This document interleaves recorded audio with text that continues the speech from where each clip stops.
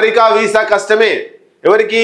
మధుమేహం ఉబకాయం ఉంటే, ఉబకాయం లావుగా ఉంటే, మధుమేహం షుగర్ ఉంటే, ఈ రెండు ఉంటే వీసా ఇవ్వడానికి కష్టమే అనేటువంటిది ఒక నిబంధన పెట్టింది. ఎంబసీలు కాన్సులేటర్లకు కొత్త మార్గదర్శకాలు అమెరికా జారీ చేసిందట.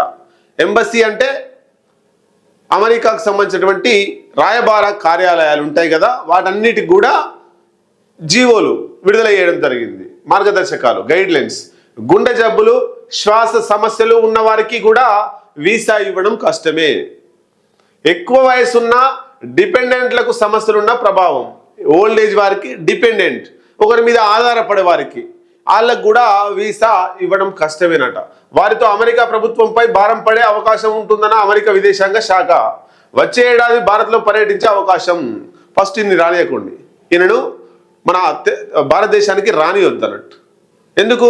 ఆయన కూడా ఓల్డేజే కదా. ఎక్కువ వయసు ఉన్న వాళ్ళు భారతదేశం నుండి అమెరికాకు పోవద్దంటే మరి ఎక్కువ వయసున్న అమెరికా ఆయన భారతదేశానికి ఎందుకు రావాలి?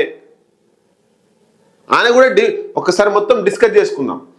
ఇక్కడ ఒక్కసారి చూద్దాం. గుండె జబ్బులు, శ్వాస సమస్యలు, ఎక్కువ వయసున్న వాళ్ళు, డిపెండెంట్లు, ఈ నలుగురు, అట్లాగే మధుమేహం, ఉబకాయం, వీళ్ళను అమెరికాకు తీసుకుపోతే వాళ్ళు కూర్చొనే తింటారు, వాళ్ళు ఏం పని చేయరు, ఒకరి మీద ఆధారపడి ఉంటారు, పైగా మీదికి వెళ్ళి వాళ్ళకే ఖర్చు.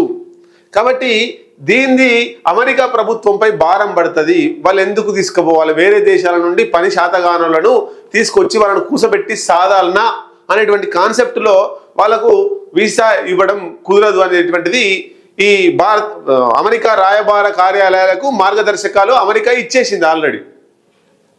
మనం అడుగుదాం ఇప్పుడు, ట్రంప్కు ఏం జబ్బులు లేవా? ట్రంప్ ఏజ్ ఎంత? ఆయన డిపెండెంట్ కాదా? ఒక్కసారి మనం చూద్దాం. ట్రంప్, ఆయనకు ఈ మధుమేహం లేదా? ట్రంప్కి ఏం జబ్బులు లేవా? ఆయన ఎందుకు రావాలి మరి భారతదేశానికి?